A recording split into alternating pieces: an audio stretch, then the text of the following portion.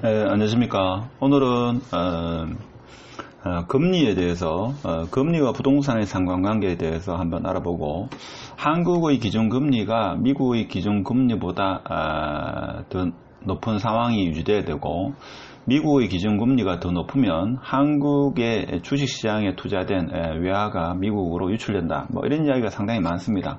그러면 과거 사례를 통해 가지고 과연 그렇게 되는지, 특히 금리 인상에 대한 이야기가 많이 있습니다. 하는 총재가 올 연말쯤 금리를 인상하겠다, 뭐 이런 이야기 많습니다. 그래서 금리가 인상되면 부동산은 폭락한다, 뭐 이런 기사도 많고, 폭락론자들이 뭐 그런 이야기를 많이 하고 있습니다. 근데 실질적으로 과거 사례를 보면서 금리와 부동산의 상관관계가 과연 얼마만큼 있느냐에 대해서 한번 데이터에 근거해서 같이 한번 알아보는 시간을 갖도록 하겠습니다. 요 이미지는 지금 한국은행에 들어가 보면 있죠. 홈페이지 들어가 보면 2008년도부터 해가지고 지금 현재까지 2021년 6월달까지 기준금리에 대한 것을 표로 나타내고 있습니다. 그래서 이 데이터를 한번 보시고, 그리고 그 다음 페이지는 보면 이것은 한국부동산원이죠. 한국부동산원의 08년도부터 해가지고 21년도 2월달까지 종합주택 매매 가격지수에 대한 그래프가 있습니다. 그래서 이것을 같은 연도, 그러니까 기준금리 08년도부터 지금 현재까지, 그리고 전국적으로 종합주택 매매 가격지수에 대해서 한국부동산원에 있는 데이터를 가지고 왔습니다. 그래서 좀 이따가 기준금리와 아파트와의 어떤 관계가 있는지도 같이 알아보도록 하겠습니다. 그래서 이 두 개의 이미지를 합쳐봤습니다. 합쳐보니까 이러한 관계가 성립한다 하는 겁니다. 그렇죠? 자, 이렇게 봐서는 08년도 금융위기가 와가지고 지금 보면 이렇게 기준금리가 거의 엄청나게 하락을 했습니다. 자, 그런데도 물론 여기에는 일부 부동산 가격이 하락을 했습니다만은 다시 부동산 가격은 상승했다. 여기 08년도죠. 두 개의 이미지를 연도별로 합쳤습니다. 08년도부터 해가지고 21년도 2월달까지 데이터를 합쳤습니다.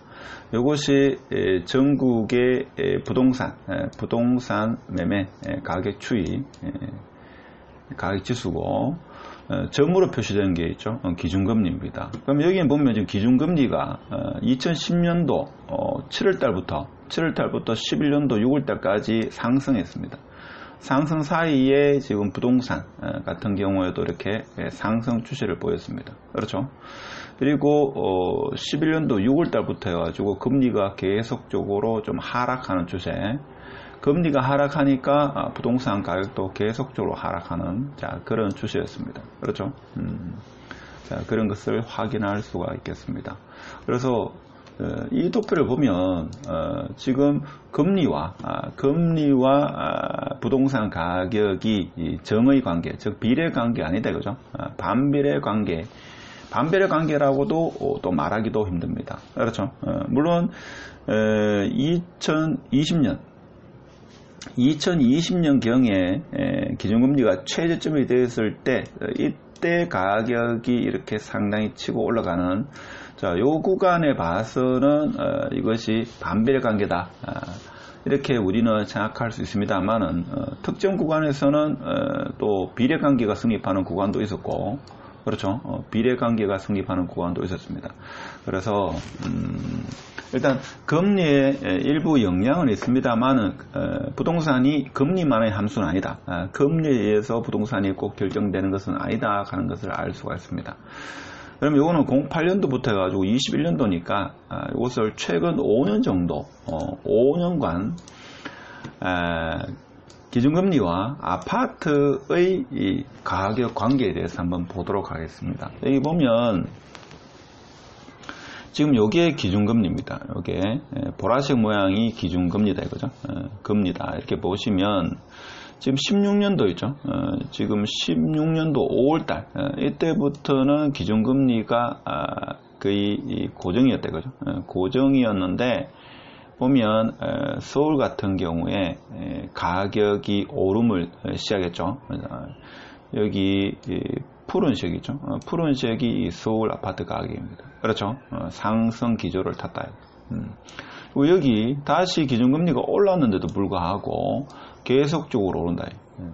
그래서 금리가 오르면 사실 아파트 가격이 떨어져야 되는데 지금 금리는 일정 부분 고정을 하다가 다시 또 올랐습니다. 자, 그렇기니까 요 구간에서는 오르니까 지금 가격이 일시적으로 하락을 했습니다. 그렇죠? 금리가 오르니까 아파트 가격이 하락했다. 자, 요 경우에는 지금 반비례 관계가 성립합니다. 그렇지만 이 이전에는 반비례 관계가 성립하지 않는다. 그죠? 금리가 오르면 아파트 가격이 하락한다. 그 공식이 여기는 성립되지 않습니다.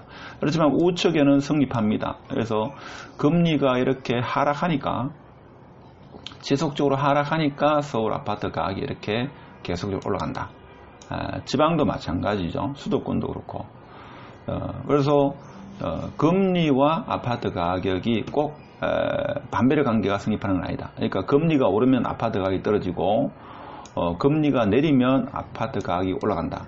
자, 이 관계가 항상 성립하는 건 아니다라는 것을 우리가 과거 데이터를 지금 5년 동안 2016년 1월부터 해가지고 2021년 1월달까지 지금 기준금리와 아파트 가격 전국 수도권 지방 서울 이렇게 봤을 때 항상 성립하는 것은 아니다라는 것을 알 수가 있습니다.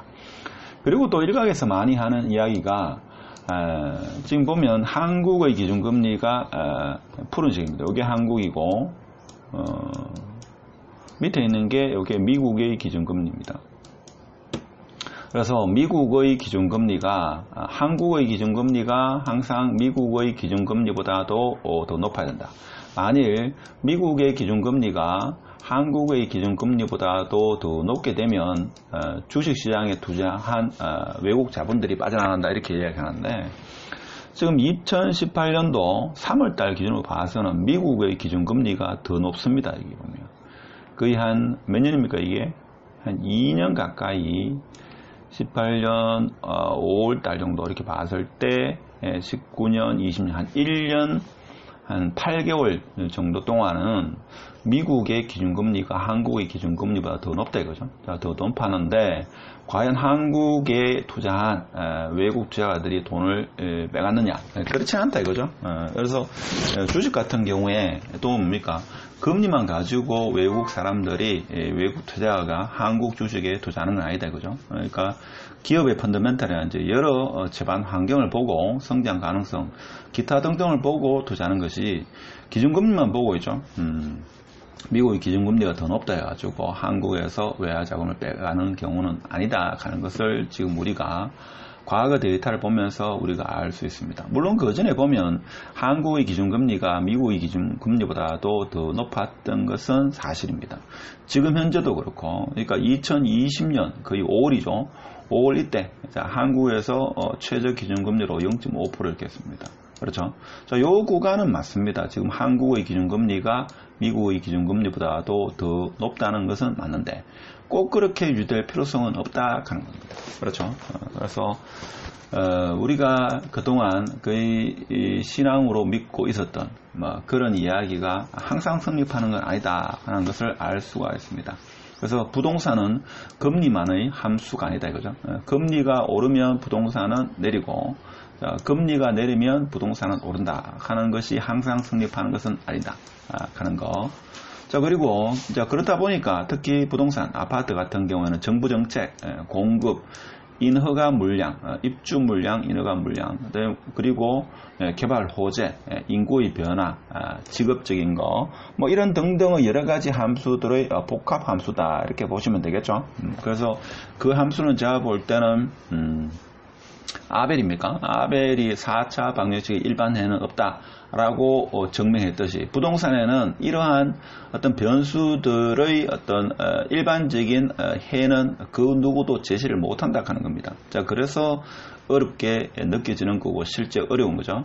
자, 그리고 국내 기준금리가 미국 기준금리보다 높으면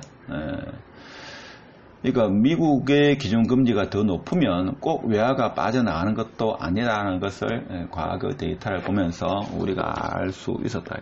그래서 지금과 같이 코로나 상황에서 제가 볼 때는 금리가 오르게 되면 부동산 가격의 타격보다는 오히려 자영업자들이 1차적으로 상당히 어렵고, 그리고 또 2030 세대들이 연끌을 해가지고 주식이나 코인 투자하는 사람들이 오히려 어렵지 않겠는가, 자, 그런 생각이 들죠.